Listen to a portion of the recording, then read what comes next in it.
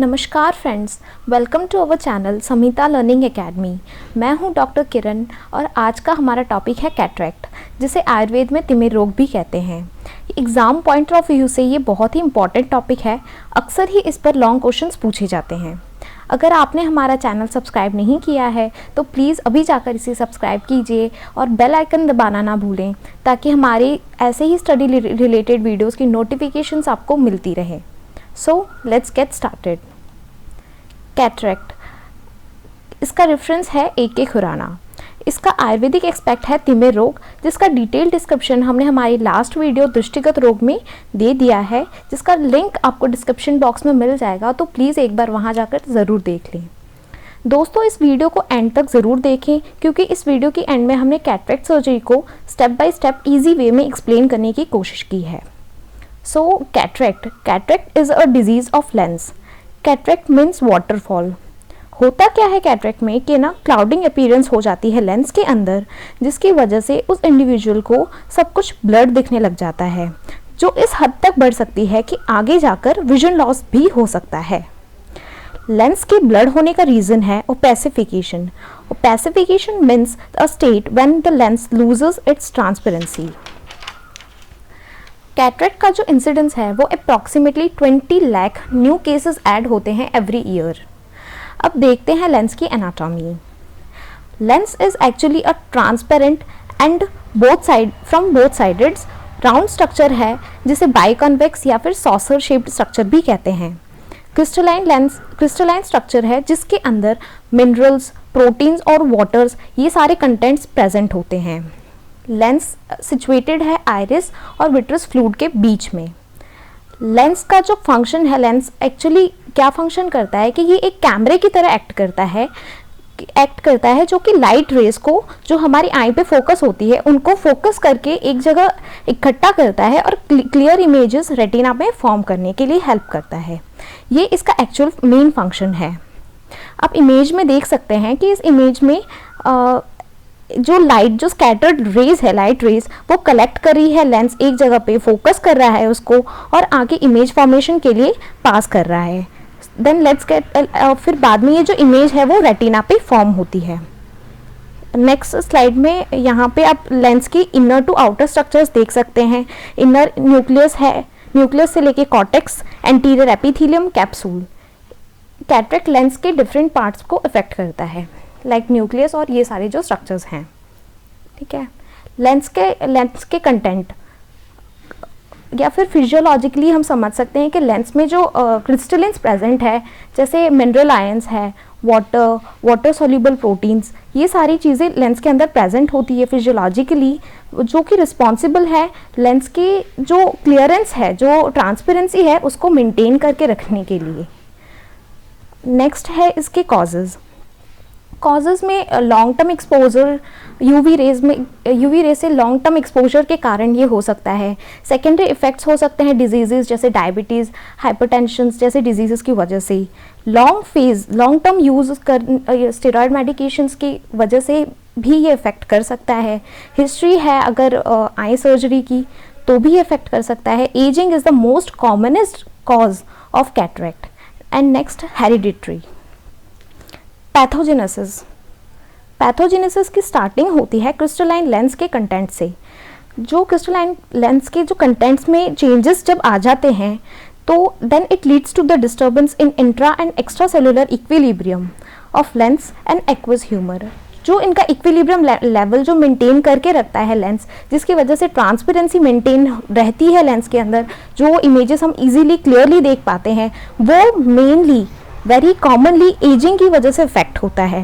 तो due to ageing it leads to changes which results in the coagulation of proteins. जो lens के अंदर proteins present होते हैं वो कोएगुलेट होने लग जाते हैं। That tends to the opacification of lens, जिसकी वजह से लेंस अपनी ट्रांसपेरेंसी को धीरे धीरे लूज करने लग जाता है और ओपेसिफाइड हो जाता है, and that may lead to the transparency loss, that resulting into the clouding of the lens which results in cataract eye. Symptoms इसके आगे हम देखेंगे। सिम्टम्स में सबसे कॉमनेस्ट है क्लाउडी और ब्लरी विजन। इंडिविजुअल को सब कुछ ब्लर ब्लर सा और धुंधला धुंधला सा दिखने लग जाता है। लेंस जो है वो ब्राइट लाइट्स जैसे कि सनलाइट है, व्हीकल की हेडलाइट्स है, इन सब के टूवर्ड्स इनटॉलरेंट हो जाता है, which is known as glare. तो ग्लेयर ये टर्म बहुत इंपॉर्टेंट है, इसे ध्यान से ज़रूर देखिएगा। नेक्स्ट है डबल विजन, जिसका मतलब होता है यूनिऑक्यूलर पॉलीपिया। फर्स्ट सिम्टम है इसका कि नाइट विजन पुअर हो जाती है, स्पेशली एट अ ड्राइविंग और रीडिंग। ये इन छोटी छोटी चीज़ों में जो इंडिविजुअल है वो प्रॉब्लम्स फेस करने लग जाता है। आई ग्लासेस के रिफ्रैक्शन में फ्रीक्वेंटली चेंजेस फेस करता रहता है पेशेंट। लाइट अनफोकस्ड दिखती है, जैसे एकोमोडेशन, मतलब समझ सकते हैं कि एकोमोडेशन पावर कम हो जाती है, और इस कंडीशन को कहते हैं हेलो अराउंड लाइट्स। मीन्स जो लाइट है उसको फोकस्ड वे में नहीं देखेगा, स्कैटर्ड देखेगा पेशेंट। और सबसे इंपॉर्टेंट साइन इसके अंदर हम देखते हैं वो है आइरिस शैडो। आइरिस शैडो में एक्चुअली आई में एक ब्लैक क्रिसेंट साइन दिखता है आइरिस और लेंस के बीच में, जो इसका मेन कह सकते हैं क्लासिकल साइन है, जो इसको डिफ्रेंशिएट करता है बाकी आई डिसऑर्डर्स से। नेक्स्ट बात करेंगे हम रिस्क फैक्टर्स की। तो रिस्क फैक्टर्स में इंक्रीज्ड एज जो सबसे कॉमनेस्ट रिस्क है, सेकेंडरी इफेक्ट्स जैसे diabetes, exposure to sunlight, smoking, obesity, high blood pressure, surgical history, alcohol consumption, ये सभी इसके कॉमन रिस्क फैक्टर्स है। क्लासिफिकेशन में इसके मेनली दो टाइप्स हैं, जैसे कंजेनाइटल और एक्वायर्ड। कंजेनाइटल कैटरेक्ट जो है वो 5 टाइप्स का है। इसे मेमोराइज करने के लिए एक निमोनिक है कि पोल पे नल ब्लू कलर का। जस्ट फॉर मेमोराइजेशन इसे शॉर्ट वे में आप याद कर लीजिए कि पोल पे नल है एक ब्लू कलर का। पोल से पोलर कैटरेक्ट, NU से यानी नल से NU से न्यूक्लियर कैटरेक्ट, L से लैमेलर या फिर जोन्युलर कैटरेक्ट, ब्लू से ब्लू डॉट कैटरेक्ट और कलर से coronary cataract. This are the 5 types of congenital cataract, जो सबसे मैक्सिमम टाइप्स होते हैं। एक आगे जाके एक्वायर्ड कैटरेक्ट जो है वो टू टाइप्स में डिवाइडेड है, एज या फिर सेनाइल कैटरेक्ट या फिर प्री सेनाइल कैटरेक्ट। इसमें से भी जो एज रिलेटेड या फिर जिसे हम सेनाइल कैटरेक्ट कहते हैं वो सबसे कॉमनेस्ट काइंड ऑफ कैटरेक्ट पाया जाता है। नेक्स्ट हम देखेंगे सबसे पहले न्यूक्लियर कैटरेक्ट, जिसे रूबुला कैटरेक्ट भी कहते हैं। ये बायलैटरली सिचुएटेड होता है दोनों आई में मोस्ट कॉमनली, और एम्ब्रियोनिक न्यूक्लियस और एम्ब्रियोनिक फीटल न्यूक्लियस दोनों को इन्वॉल्व कर सकता है। ये एटियोलॉजी है इसकी कि प्रेगनेंसी का जो फर्स्ट ट्राइमेस्टर के टाइम पीरियड में ये रूबेला वायरस के इन्फेक्शन से होता है। इसके आइडेंटिफिकेशन में एक प्योरली वाइट ओपेसिटी लेंस के सेंट्रल पार्ट में दिखती है, and it is non progressive opacity. Next है लैमेलर या फिर zonular cataract. It is a most common type of congenital cataract and bilaterally ही देखने को मिलता है। इटियोलॉजी में ये मोस्टली हेरिडिटरी होता है या फिर प्रेगनेंसी में कैल्शियम या फिर विटामिन डी की डेफिशिएंसी की वजह से होता है। पोजीशन है इसकी फीटल न्यूक्लियस और एम्ब्रियोनिक न्यूक्लियस के सराउंडिंग्स में। Next moving on to the coronary cataract, it is also commonly but at puberty, commonly puberty stage में देखने को मिलता है।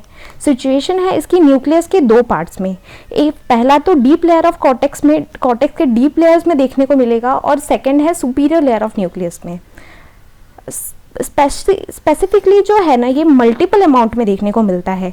क्लब शेप्ड हम कह सकते हैं, क्लब शेप्ड इसकी फीचर होता है जो जिस टाइप में इसकी ओपेसिटी देखने को मिलती है। लेंस के पेरिफेरल साइड्स में दिखता है और सेंट्रल में ब्रॉड एंड्स होते हैं, इसके वाइड एंड्स होते हैं, और पेरिफेरीज में ये ज़्यादा कॉमन है। नेक्स्ट है पोलर कैटरेक्ट। पोलर में ओपेसिटी होती है लेंस के कैप्सूल्स और कॉर्टेक्स के अंदर। ऑनियन पील अपीयरेंस इसकी स्पेसिफिसिटी है। ऑनियन पील टाइप का मतलब ऑनियन के छिलके की तरह पतला सा अपीयरेंस दिखता है इसका। प्लाक फॉर्मेशन होता है, plaque is with in the cortex, cortex के अंदर एक प्लाक टाइप का फीचर देखने को मिलता है। नेक्स्ट ये जो है वो 2 टाइप के होते हैं, एंटीरियर एंड पोस्टीरियर। एंटीरियर जो है वो स्मॉल है, जबकि पोस्टीरियर लार्ज साइज का होता है। एंटीरियर सिमेट्रिकली दो टाइप्स में, 2 सेक्शंस में सिमेट्रिकली प्रॉपरली देखने को मिलेगा, जबकि पोस्टीरियर में ऐसा कुछ नहीं होता। एंटीरियर में विजन का इम्पेयरमेंट नहीं होता, जबकि पोस्टीरियर में विजन इम्पेयरमेंट भी इन्वॉल्व होता है। नेक्स्ट है blue dot cataract. This is also one of the most commonest type. Non progressive cataract में इन्वॉल्व होता है ये। As the name is considered, bluish dots get scattered all over the lens, specially in cortex part of lens. मतलब जो जैसे इसके नाम से हम समझ सकते हैं कि ब्लू डॉट, जैसे इसका नाम है वैसे ही ब्लू कलर के डॉट्स जो होते हैं ना वो लेंस के कॉर्टेक्स पार्ट में पूरी तरह से स्कैटर्ड हो जाते हैं, तो that's why it is named blue dot cataract. अब आगे इसकी ट्रीटमेंट की बात करेंगे। कैटरेक्ट पार्शली अगर इफेक्ट हुआ है तो नॉन सर्जिकली ही इसको ठीक कर सकते हैं, जैसे कि पेशेंट्स को स्पेक्टिकल्स यूज़ करने के लिए एडवाइस किया जाता है। अगर बायलैटरली डेंस कैटरेक्ट है, दोनों आई में डेंस तरीके से इसको इफेक्ट हो चुका है, तो सर्जरी कंडक्ट करते हैं within 6 week of birth के 6 वीक्स के अंदर ही सर्जरी करना मैंडेटरी कहा गया है। यूनिलैटरली डेंस कैटरेक्ट में सर्जरी करनी है एज सून एज पॉसिबल। अगर एक ही लेंस मतलब एक ही पार्ट एक ही आई अगर अफेक्टेड है तो as soon as possible surgery करनी है। And surgical and the most commonest procedure है इसका लेंसेक्टोमी। एक्वायर्ड में, अब एक्वायर्ड कैटरेक्ट की बात करेंगे। नॉर्मल लेंस में डीजनरेशन की वजह से होता है, एज रिलेटेड, जिसे सेनाइल कैटरेक्ट भी कहते हैं, and it is the most and the very commonest type of cataract ever found. Next है pre senile cataract. Senile term का मतलब ही यही होता है कि एजिंग, यानी कि एज रिलेटेड कैटरेक्ट होता है। यूजुअली ये जो कैटरेक्ट है वो 50 ईयर्स अबव में देखने को मिलता है। 90% केसेस सेनाइल कैटरेक्ट के ही पाए जाते हैं। फीमेल्स को ये मोस्ट कॉमनली इफेक्ट करता है कंपेयर टू मेल, और हेरिडिटरी फैक्टर्स भी इसमें रोल प्ले करते हैं। इटियोलॉजी को मेमोराइज करने के लिए इसे ऐसे याद कर सकते हैं कि सेनाइल कैटरेक्ट है तो पेशेंट उदास है। उदास से आप ऐसे देख लीजिए कि you for UV radiations, D for dietary factors जैसे कि विटामिन सी या फिर ई की डेफिशिएंसी से, एंड डी से डिहाइड्रेशन क्राइसिस भी देख सकते हैं। अगर चाइल्डहुड में उस पेशेंट ने डायरिया से अगर फ्रीक्वेंटली सफ़र किया है तो वो चीज़ भी कहीं ना कहीं जाके इसे अफेक्ट कर सकती है। Age of course most important factor है इसका। सेक्स है, फीमेल को मैक्सिमम अमाउंट में करता है। सेक्स के साथ साथ स्मोकिंग भी है। स्मोकिंग कैसे प्ले करती है कि ये फ्रीक्वेंसी इंक्रीज करती है। स्मोकिंग न्यूक्लियर कैटरेक्ट की फ्रीक्वेंसी को ज़्यादा अमाउंट में इफेक्ट करती है, और स्मोकिंग से साइनाइड्स बढ़ता है जो कि प्रोटीन का, जो मतलब लेंस के अंदर जो प्रोटीन सिचुएटेड है उसको डीनेचर करती है, तो जो सीधी तरह से लेंस की जो ट्रांसपेरेंसी है उसको इफेक्ट करता है। एंड नेक्स्ट है hereditary factors. Now next moving to the mechanism of the loss of transparency in senile cataract. तो अब ये दो तरह की सेनाइल कैटरेक्ट के अंदर दो कॉर्टिकल और न्यूक्लियर सेनाइल कैटरेक्ट, दो तरह की कैटरेक्ट्स की बात करेंगे। कॉर्टिकल सेनाइल कैटरेक्ट जो है वो इसकी मैकेनिज्म किस तरह से होती है ये देखते हैं कि with increased age oxidative process जो है लेंस के अंदर वो कम होने लग जाता है। ऑक्सीजन सप्लाई उसको कम मिलती है, प्रॉपर नहीं हो पाती, and that results into the decrease level of amino acid. Amino acid इसमें नहीं फॉर्म हो पाता प्रॉपर अमाउंट में, एंड देन द सिंथेसिस या फिर एब्जॉर्प्शन जो है वो प्रोटीन्स का इन क्रिस्टलाइन लेंस वो नहीं हो पाता। प्रोटीन्स का जो एब्जॉर्प्शन है वो प्रॉपर अमाउंट में नहीं हो पाता इसकी वजह से, और it leads to the opacification of cortical lens fibres. तो इसकी वजह से जो कॉर्टिकल लेंस है, मतलब लेंस का जो कॉर्टेक्स पार्ट है उसका ओपेसिफिकेशन हो जाता है। और इसके नेक्स्ट पार्ट में न्यूक्लियर कैटरेक्ट जो है, न्यूक्लियर सेनाइल कैटरेक्ट, इसमें with increase in the intensity of degenerative changes, जैसे ही degenerative changes age related lens में आने लग जाते हैं तो हाइड्रेशन हो जाता है लेंस का, डिहाइड्रेशन हो जाता है, सॉरी, वाटर लेवल जो है लेंस में जितना अप्रोप्रिएट लेवल उसको चाहिए वो नहीं मिल पाता, and then the nucleus get shrinked. जो न्यूक्लियस है वो उसमें प्रॉपर अमाउंट में वाटर नहीं है, डिहाइड्रेट हो जाता है, श्रिंक्ड हो जाता है, कंपैक्ट हो जाता है, जिसकी वजह से proteins becomes insoluble. Protein soluble नहीं हो पाती, कोएगुलेट होने लग जाते हैं, and it leads to the hard cataract. Means जो कैटरेक्ट डेवलप होता है लेंस जो है ना वो बिल्कुल हार्ड हो जाता है with pigment depositions like urochrome या मेलानिन। उसके अंदर जो पिगमेंट्स है, मतलब जो आई को जो कलर देते हैं, जो पिगमेंट्स है यूरोक्रोम मेलानिन टाइप के, वो एब्जॉर्ब नहीं हो पाते और वो वहीं पे कोएगुलेट होके स्टक हो जाते हैं, जिसे हार्ड कैटरेक्ट हम कह सकते हैं।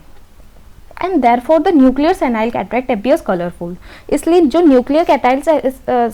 न्यूक्लियर सेनाइल कैटरेक्ट है वो कलरफुल होता है क्योंकि इसके अंदर पिगमेंट्स का भी डिपोजिशन होने लग जाता है। नेक्स्ट है प्री सेनाइल कॉजेज।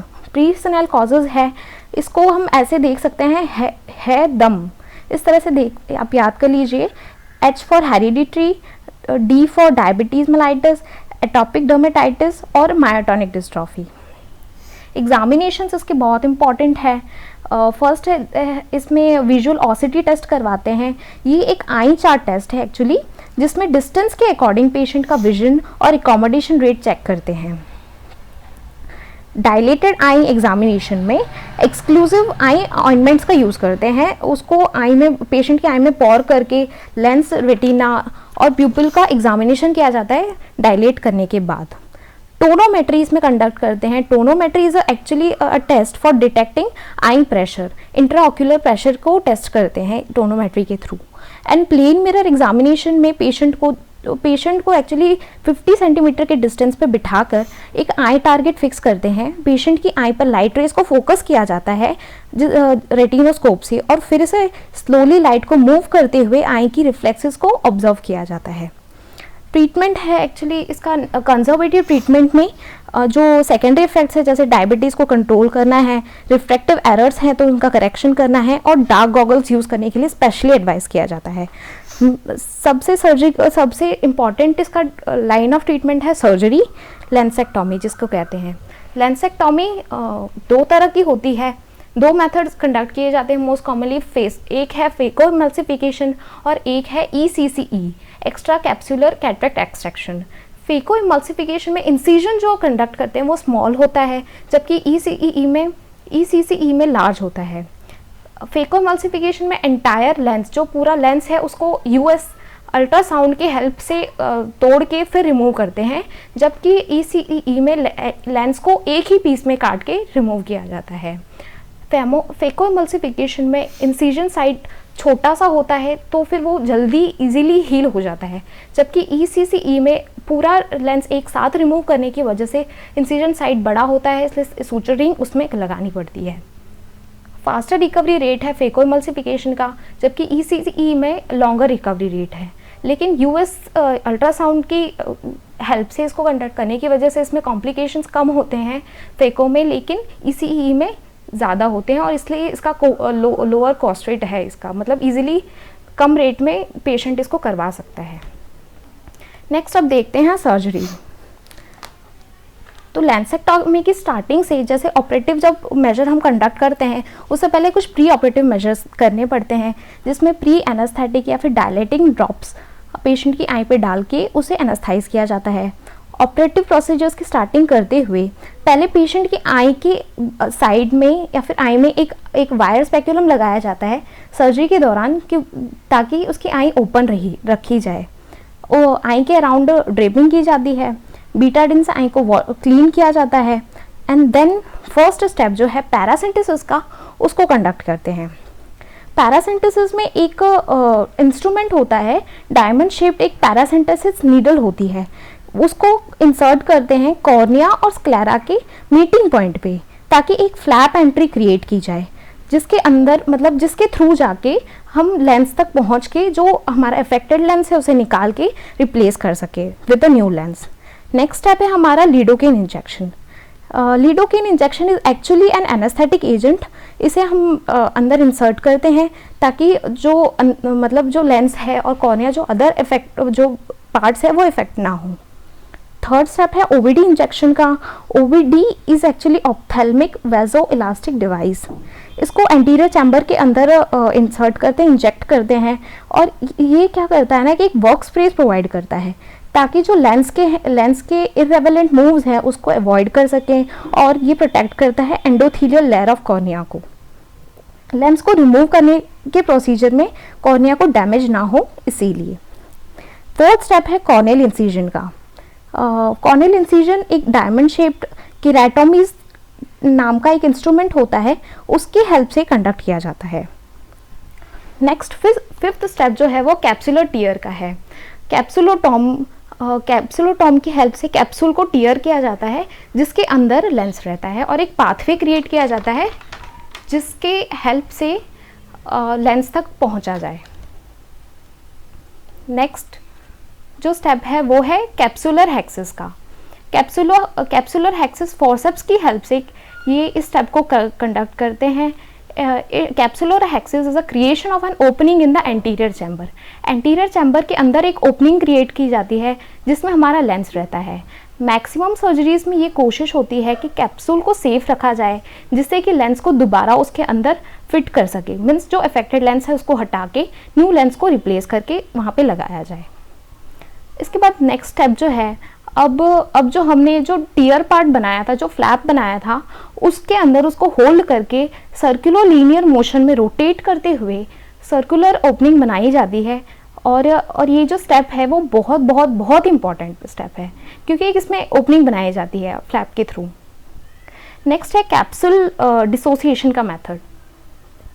अब लेंस को कैप्सूल से अलग किया जाता है with the help of BSS, यानी कि बैलेंस सॉल्ट सॉल्यूशन की हेल्प से लेंस को जो है ना, वो कैप्सूल से जो अफेक्टेड लेंस है, जो अपना ब्लड लेंस था, उसे कैप्सूल से रिमूव किया जाता है और सर्जन इसके बाद इसको केयरफुली कैप्सूल से लेंस को घुमा के डिसोशिएट कर देता है। इस स्टेप का पर्पज़ ये होता है कि पोस्टीरियर कैप्सूल को सेफ रखा जाए ताकि फेको एमल्सिफिकेशन का जो फर्स्ट स्टेप है उसमें ये इफेक्ट ना करे उसे बिल्कुल भी। नेक्स्ट हमारा स्टेप है क्रिएशन ऑफ लेंस ग्रूव। इसके अंदर एक प्रोब जो कि अल्ट्रासाउंड एनर्जी की हेल्प से लेंस को स्मॉल पार्टिकल्स में ब्रेक करेगी और उसी में सकर भी लगा हुआ होता है, तो वो उन पार्टिकल्स को, जो ब्रेक पार्ट्स हैं, उनको ब्रेक करने के बाद सक कर लेती है। नेक्स्ट इसके बाद जब हम जो हमारा क्लाउडेड लेंस है वो कम्प्लीटली रिमूव हो जाता है, उसके बाद दोबारा कैप्सूल में OVD फिल करते हैं और OVD पहले वाले के से कम विस्कस होता है। अब IOL की अनफोल्डिंग करते हैं इंजेक्ट करके, जो कि S शेप्ड की होती है। जो अनफोल्ड करने के बाद जो स्ट्रक्चर बनती है वो S शेप्ड की होती है। उसके बाद OVD को रिमूव कर दिया जाता है और वुंड का हाइड्रेशन किया जाता है with the help of BSS, ताकि वुंड जो है वो हील हो जाए और क्लोज हो जाए। लीकेज जो है वो क्लियर करते हैं। इसके बाद लीकेज जो है उसको क्लियर करते हैं विद द हेल्प ऑफ वैक्सेल tips and then topical antibiotics और आई ड्रॉप्स की हेल्प से इसके मतलब जो वुंड हमने क्रिएट किया है उसको हील करने के लिए टॉपिकल एंटीबायोटिक्स वहाँ पे प्लेस किया जाता है और टॉपिकल स्टेरॉइड्स वहाँ पे लगाए जाते हैं ताकि वो इजीली क्रिएट हो जाए और IOP हील हो जाए और IOP को कम किया जाता है। मतलब फुल सर्जरी के दौरान IOP का ध्यान रखा जाता है कि वो उसका लेवल मेंटेन्ड है या नहीं। इसके बाद आई के ऊपर एक कैप प्लेस करके आई की पैकिंग कर दी जाती है और इस तरह से ये जो सर्जरी है वो पूरी तरह कंडक्ट किया जाता है। अगर आपको हमारी वीडियो पसंद आई है तो प्लीज़ इसे लाइक कीजिए, शेयर कीजिए, सब्सक्राइब कीजिए और हमारे कमेंट करके हमें ज़रूर बताएं कि आगे आप कौन सी टॉपिक्स पे हमसे वीडियो चाहते हैं। सो मिलते हैं नेक्स्ट वीडियो में।